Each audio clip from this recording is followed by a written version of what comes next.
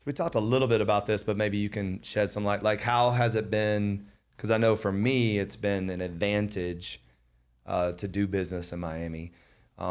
As a Miami businesswoman, boss, I'm just kidding. How has Miami helped you scale, and being in Miami, how has that helped you? Because I know it's helped me tremendously.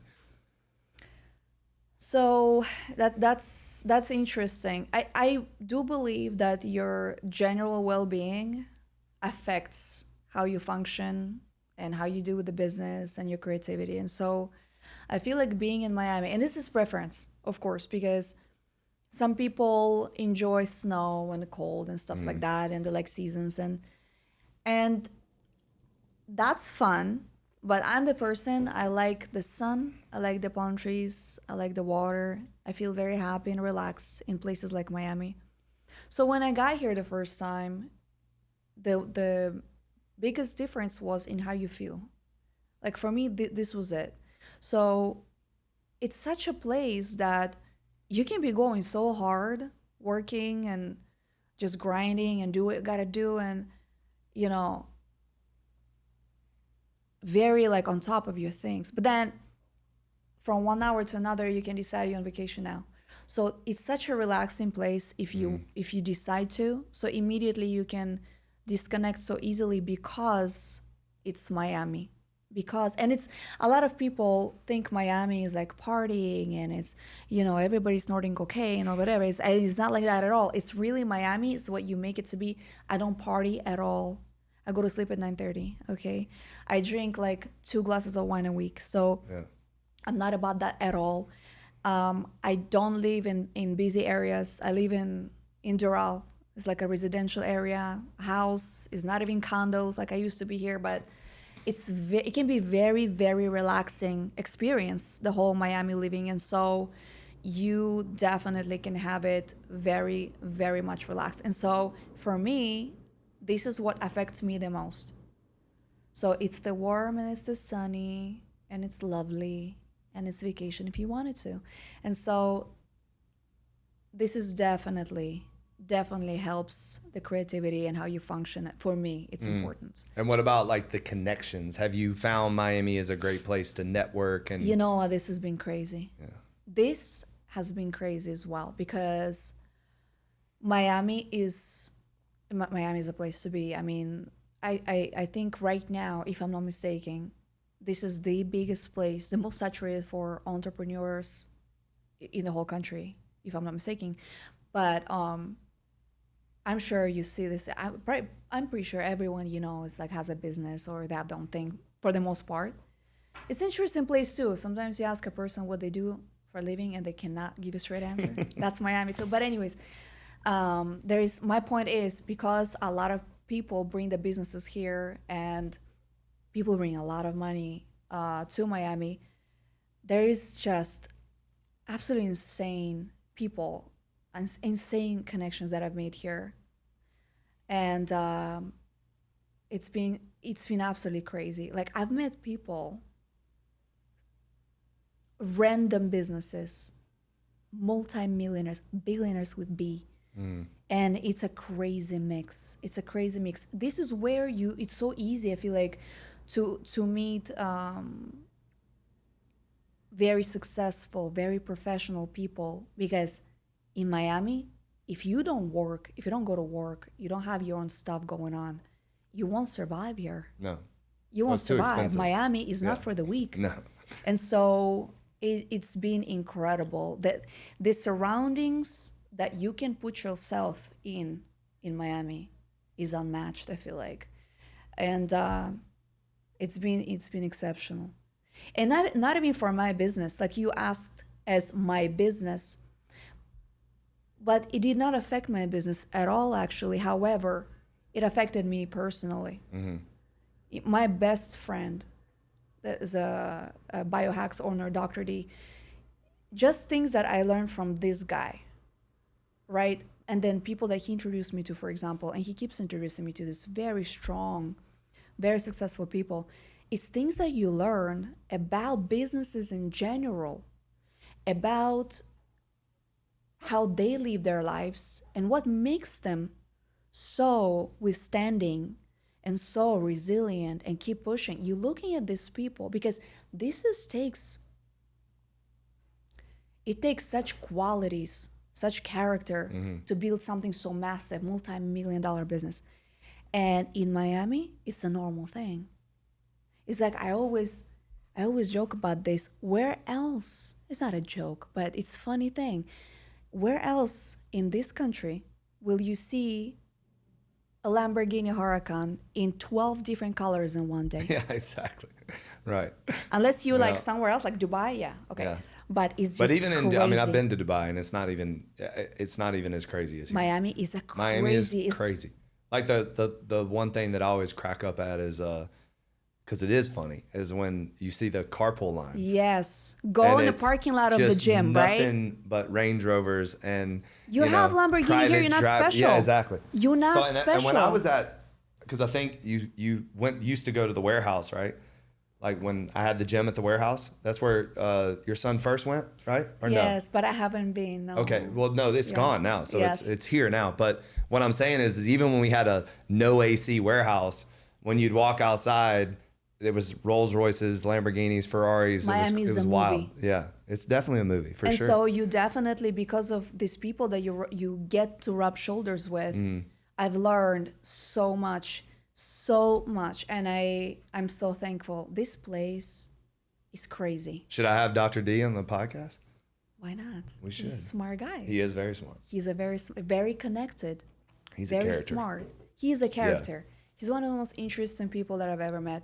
And it's so crazy because what he is, when you look at a person like that from outside, extremely successful, and you get to know him, it's like a whole different world. A man of God, exceptional father, exceptional husband. The loyalty on this guy to his friends, the loyalty to his patience, to his team, is just the qualities of the person. You really meet someone like this, like other people that we're talking about, and you get to know them a little bit, and you just say, no wonder you got this far in life. You're incredible. And that's what I got to learn from those exceptional performing people. And I really believe to be a high performer, you have to rub shoulders with high performers. We learn from each other. Yep. And this is why Miami is incredible. It's like, I've been doing this thing too. When I meet someone that is a high value person, that they have something massive going on, the impressive person, and I don't know them even very well, I always ask them. I've been doing this for like maybe a year and a half, and it's been crazy for me. And I tell people to do it all the time now. After I speak to them a little bit, so it's more comfortable for me to say it, I ask, you know what, if you have any maybe events going on that you know of, masterclass, anything like that, would you please include me? Would you please invite me as well? I'll tag along. I would love to. And you know what? All of these people, what you would realize, they love people like them. They love action takers. It's like they get another fire in their eyes. They're like, absolutely. And most of the time, they'll pull out the phone and say, you know what? There is one in 2 weeks and so on. And they send you tickets. So they send you, let me have my assistant contact you. Should get you. It's like, it's so crazy. Right. And the ball keeps on rolling. And you bring yourself into more rooms with such people. It's been insanely great. It's a crazy thing. It's like you can't even explain. You would sit in a room of people, they're worth billions of dollars. The set of those brains and how they function, and just to get to be there and to learn from these people. Literally, I want to go to places. I don't need to understand the real estate. I don't need to understand the finances. But I just want to sit there and just absorb. I need to hear these people talk. And so this has been the biggest impact on me as a business person, not necessarily as directly, affecting lash makers. Yeah. It has nothing to do with that. So to be better in business, whatever business that you're doing, it's all here. It's you. Right. You are the brand. You are the force. And so this is where the intention needs to go first and development needs to go first. And so that little thing with talking to people and building relationships this way and putting yourself into more rooms with such people, I think this is life changing. And I advise to everyone, at least try. You get no, so what? Yeah, who cares? So who cares? Yeah, shoot your shot. But asking you shall receive, right? Yep. How you going to get anything if you don't ask? Ask away.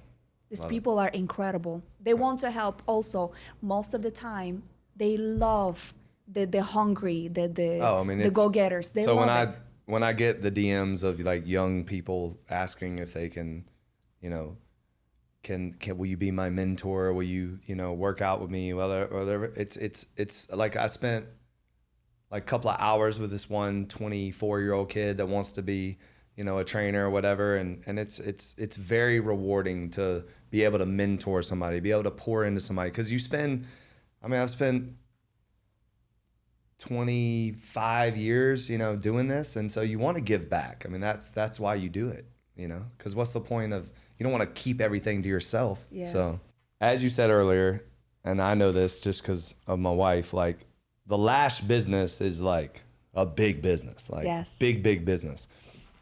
So when it comes to exceptional lash work, you say it's all about the details, patience, and practice. What are these factors? Why are these factors so important? And how do you apply these key values to all your businesses, even in your daily life? So, you know, because to me, like, it sounds like lashes is a very like it's like an art almost, you know? Yes. So, and I mean, we've all seen bad lashes, Yes. like, you know, It's okay, like, you can say that. you know, like, I mean, we have, like, you know, we were like, whoa, like, Yeah. you know, so, explain first of all, like what it is to be exceptional at that and what that takes. And then secondly, how you've applied being exceptional at that. And you said it earlier, you want to be the best in the world, how that also translate to just being exceptional in all things, you know, being exceptional mom, you know, other things. So. Well, first of all, when it comes to work, the exceptional lash work is I always emphasize on two things: the way it looks and the way it lasts. And so, as you said, you sometimes see there's some scary lashes out there, and my ideology was always to complement the face and not overtake. And so it has to be custom tailored to the face. It has to bring out the best features. And throughout entire career, as the lash artist career, as a lash artist, when I was doing actual lashes, because I haven't done lashes in, to be fair, 7 years or so, but You're teaching people how to do it, right? Yes. So, And I mean, so my you definitely clients, know. Exactly. So what my clientele was, it was always doctors, lawyers, nurses. It was wealthy housewives. So it was always women that needed to look subtle and presentable and classy. And so I keep pushing that style of what we do. And so that's number one. So this is how you get to proper clientele as well. I don't want to say proper exactly like that, but more consistent clientele, ideal for what you're trying to do, because lash extensions is not the most affordable thing. And so if you want to be a successful lash business, your best bet is targeting more of a high-end clientele. And so this was number one thing. Now, someone that is willing to pay $300 for lashes, they're going to have very high demands. And so naturally, it has to be exceptional. It has to look very, very well. And another factor of it is how it lasts. So what you might not know, but sometimes you get lashes done. In a week, it falls off. Oh my God, my lashes fell off. So how long is it supposed exceptional lashes, how long are they supposed to last? I have a short explanation. I have a long one. I'll give you the short one. All right. So if you put the initial set on and you don't do anything, it will take about 6 weeks until the very last one finally falls off, because your lashes have a natural shedding cycle. They fall off and replace each other. Okay. That's the reason they don't grow like they had on your hair, except you. looks good on you, by the way, and you don't put the ponytails and braids, is because of the shedding cycle. So they're going to fall off little by little with your lash attached to it. So you can't wait six weeks because it's gonna look funky when it's empty. Right. And so what we do is we hit the middle of the cycle to touch it up. So you would have to go about every 3 weeks to feel what fell. Yeah. So it's kind of like a maintenance type of business, which is the best thing for someone like me. When you do services, the fact that you really just need about 40 clients in total, because they're all gonna come back in 3 weeks or so. Right. And these women stay with you for years. Mm-hmm. That's why it's a crazy business. And so these are two factors that helped to get to that exceptional clientele. Right. And so I do think, though, that it's kind of vice versa. What you said, how you apply those things to the rest of the business, I think it's actually backwards. When you come into whatever you do, and you know this, and you looking at it, let's say you have your gym, or I have my lash business or clothing, it doesn't matter what you do, you want to do your absolute best. It's like you're looking at it and you say every single day, what else can I do for this? How else can I make it better? It's like you always feel that it can be better. Mm-hmm. It can be better. And that's how you function. You always find something else to do, to add, that you didn't think it can be, but it's better now. And so I don't like to call it perfectionism, because I don't think that's what it is. But it is high demands from yourself in whatever that is that you do. And that's why I say, when I do lashes, I want it to look the absolute best possible, or the quality of where I'm going to go and learn about adhesives, prep, placement, everything that I need to learn to make sure that it lasts. Because if it won't, it's like hits right through the soul, so hard and so painful, because that's not my intention. I want it to be the best. Right. The best in the world. And so you strive for those things. But that's your character. You do that everywhere else. And so when it became about, the Instagram happened in our big age, we had to learn Instagram, right? Unfortunately, you're like, yes. What is this? Yes. Why do I need to post pictures? And what do I say? So the Instagram happened, and you start learning about that. Now you say, I haven't taken a picture my entire life or anything. So you have to go and you say, I'm going to go and learn how to do this like better than anyone else. And then you have to learn how to edit. You have to be consistent now posting. Now there's videos now on Instagram. And so there's a whole different animal. And so every single thing that was added to your business as you went, you looked at it the same way. You say, how can I make this the best possible? And I won't stop until there's no more to go. And so it's backwards. How you do anything is how you do everything. Yep. Progress over perfection. Absolutely. So for me, it's like, you have to constantly improve. So it's a constant state of improvement. Yes. You're seeking perfection, but that's not really the goal, because there's really no such thing. Because once you feel like you've made it or you've arrived, then that's your downfall, because you never really arrive. Exactly. It's kind of like a sports analogy is when you win the trophy doesn't come with you next year. Yeah. It's over. Like, you won it, but now you have to start over. So it's the same thing. There's no winning in life. There's no winning in business. You literally have to show up for yourself every single day. And what does that look like? Does that look like progress, improvement? Or are you, doing this all the time? So. And I think for someone like you and me, there's no other way. It's like we have to have something else to improve, something else to do all the time, because that's literally the only thing that feeds us. And I feel like when I always say, the day I have nothing else to do for lashes or for my other business, anything, like something that I can work on, I'm going to lay down and die. Yeah. And people like us, it's interesting because I heard this is a brilliant question. It was, what is it that successful people have that makes them successful and keeps them going that regular people don't have? And it's actually the opposite. What is it that successful people don't have? And that is a switch off button. We don't have that. But that's how you function. You function the best in chaos, because this is where you find the peace. Because you can come in and make things out of it. Have you been listening to my phone lately? I have not. I just had a conversation. Someone asked me, how am I doing? And I said, I'm thriving in chaos. That's amazing. That's what I said. I love that. I was literally in the car, in my truck, Let me and I guess. was driving. And I have a said. question for you. Okay, you go on vacation. No, not really. No. Well, let's say every now and then. Let's say you go on vacation. Oh, you're saying when I'm on vacation. Yeah. Okay. Let's say you have Mexico Yes, trip, and 4 I do days. take vacations. How long? How many hours can you stay still? Let me guess. Tops 2 days, and then you go crazy off the rails. If that. Exactly. Like I'm, we took the family to the Dominican Republic and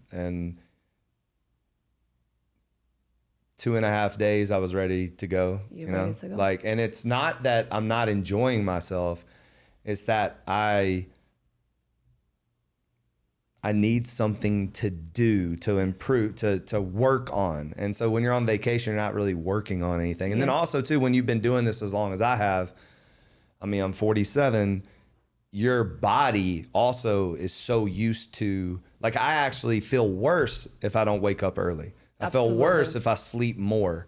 Like, it's weird. Everybody's, you got to have your sleep and all this. Like, well, I get that, but I actually have tried to sleep in and it doesn't work for me. It just doesn't. And then I certainly I think I've gotten better at least appreciating the journey a little bit more. I talked about that recently, and I've talked about that a lot recently, because before I didn't really, it was always the next thing, the next thing, the next thing, the next thing. And there wasn't any moment of just like actually, looking around and saying, hey, I've actually accomplished some things, So you have accomplished a whole lot. I've gotten better at that. But when I tell this to people all the time, I talk to them about it, is that when you know what your vision is, your vision, not anybody else but your vision for your life and what you see and where you see it, and you've seen it. So that's the thing that's crazy about me. I've seen it already. Like, I've seen it.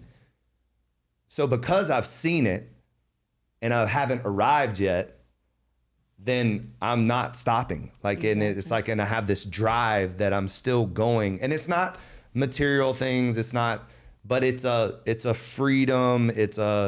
Some of it is material, I'll be honest, but it's more of a providing something that I believe it's an impact on the world. Absolutely. Like a massively impact. Like, I want No Days Off to be as big as Just Do It. Like, like it for me, that has to happen. If it doesn't happen, I failed. If it doesn't happen, then I didn't accomplish what I know God put me on this earth for. You know what I mean? Like, It's like, that's what you feel when you wake up every day. Like, I tell people I wake up kind of in a panic, like a little bit. Like, you kind of wake up like, what am I going to accomplish today? Like, and not a worry, not a anxiety, none of that. I don't ever worry. Like, honestly, never. And I don't really get anxiety, but I do kind of get like, panicky sometimes, like, like, which is a different version, I guess. But I think we all wake up the same way. Yeah. So and then it's like, then you do like inventory checks a lot, meaning like inventory of who's around you. Is this person influencing me in the way I need, or are they not? And I'm at the stage now where it's like, if you're not influencing me the way I need, then, I can't. You're not going to mess up what we're trying to accomplish here. And then vice versa of what you said, you should be seeking this. Absolutely. You should be seeking people that are either on your level or way further than 100%. you, so that you can gain more knowledge and then use that knowledge to then, kind of climb that ladder of where you think you should be at the table or what have you. Absolutely. So, and it's really interesting for me too, is like, I've sat in a room with people that obviously have way more accomplishments than me, but I felt like I was supposed to be in the room. So I think that's important too. Like when you know you're supposed to be in the room, because then you can carry yourself in the way you need, and you can learn. Like if you walk in a room and you're with around these people and you don't feel like you belong, then that could probably be a problem, you know, and you probably won't learn much. So Absolutely. And it's what you said too. It's so important. You said that if that person doesn't influence you in a good way, they gotta go. And this is so important as well, because we are talking about people that surround you and who you try to be around. mm-hmm. And that is a huge one, because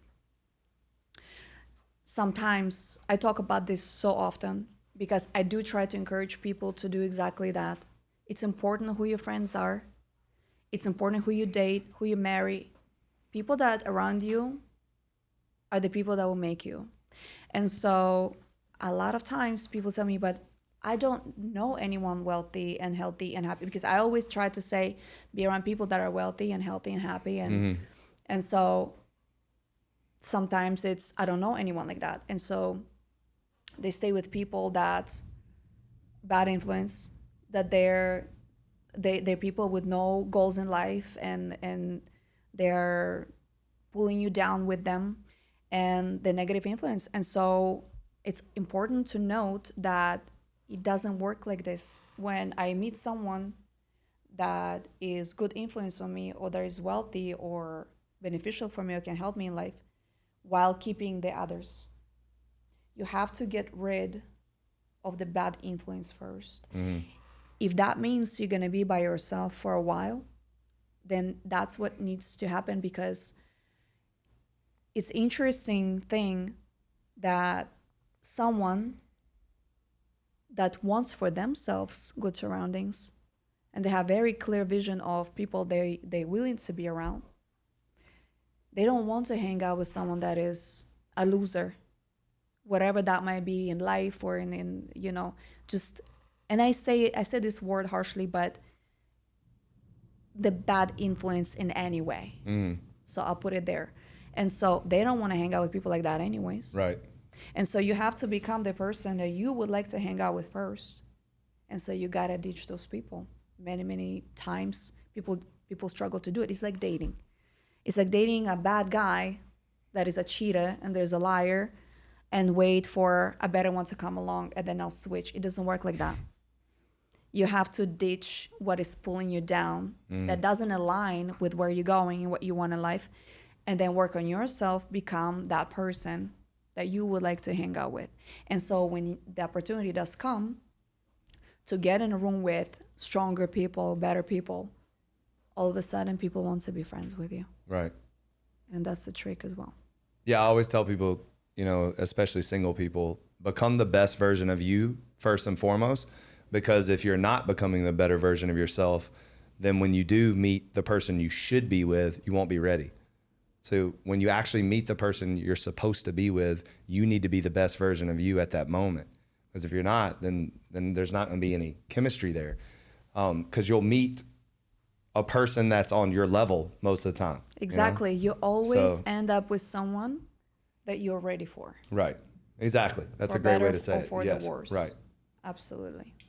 You said earlier that people sometimes say, I don't know any wealthy people or whatever. Well, we live in a world now that and really we lived in a world back then too, is that you do know wealthy people. They've written books. Yes. They've put out podcasts. They've have their own YouTube channels. They have their Instagrams. They have Minek. They have all these. There's so many ways to align yourself with people that you're trying to, absolutely, you know, get on their level without being even in the same room. It's kind of like you said with your business, you don't even have to go to China. You can, you know, email. So there's just no excuses now to not level up. There's absolutely no excuses now. And I think what happens is that, you know, we hear it all the time, this whole mental health thing. And I get it. Some people, you know, do have serious issues, and I get that. And I'm not saying that. But I think that a lot of it is you're doing it to yourself. And I think that it's what you're feeding yourself. It's 100%. What you're reading, what you're listening to, who you're hanging out with. And I think that people think that temporary seasons last forever. And sometimes it's like, if you'll just understand that it's a temporary season, it's not forever. You know, this lonely time or whatever, that you're becoming better, that you're spending, you know, you're going to the gym, you're eating right, you're learning, you're educating yourself. This is a season.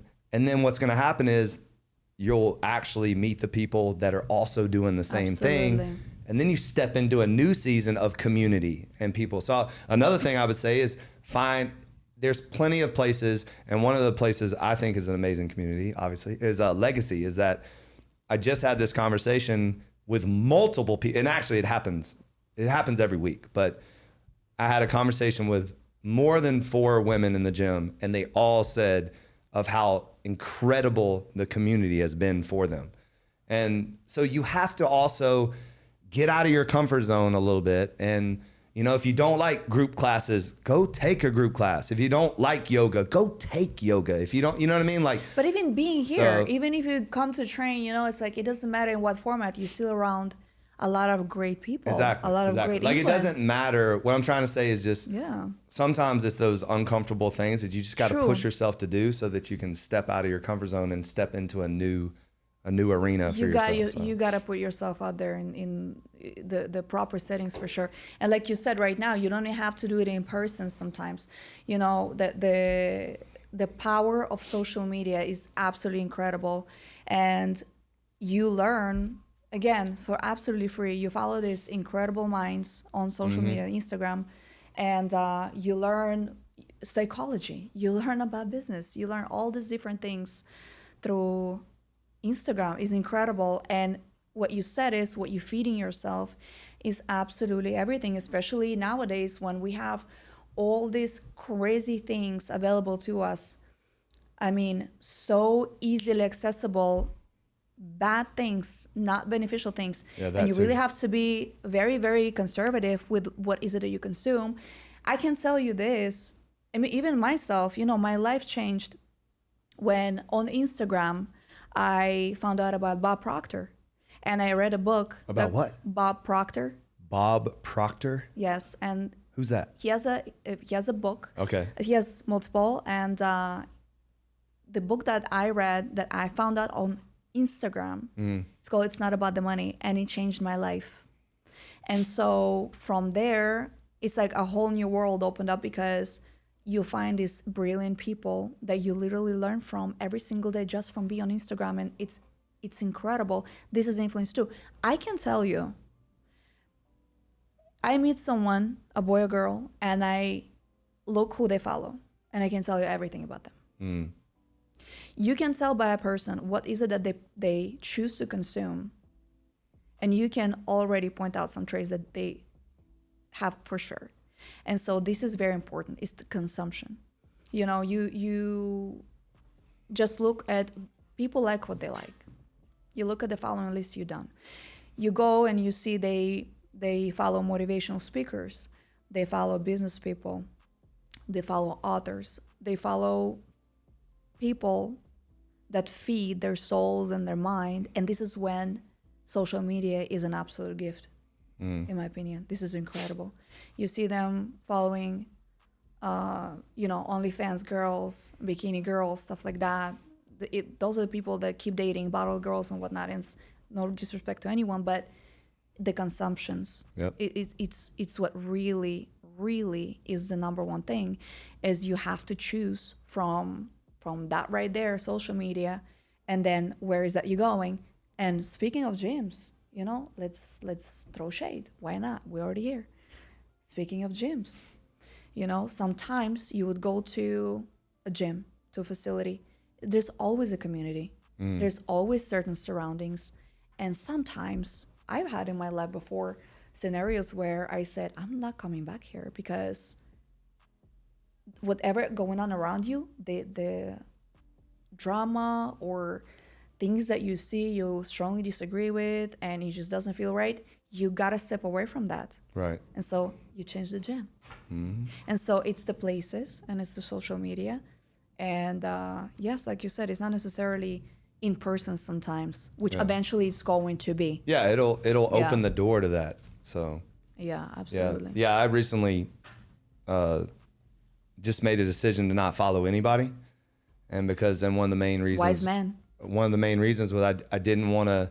I wanted to maintain an authentic voice, because if I'm gonna sit behind this microphone and be me and be the authentic version of me, then I don't want to be influenced by all these other podcasters and influencers and all these people.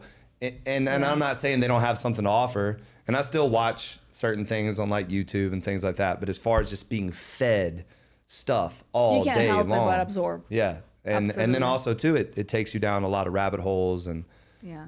you know, and then you find yourself scrolling and reading instead of like doing, and I have too much stuff to do to be on Yeah, social 100%. media. So, That's why I follow like 40 people. yeah. But yeah, totally. Everything is a choice. Yes.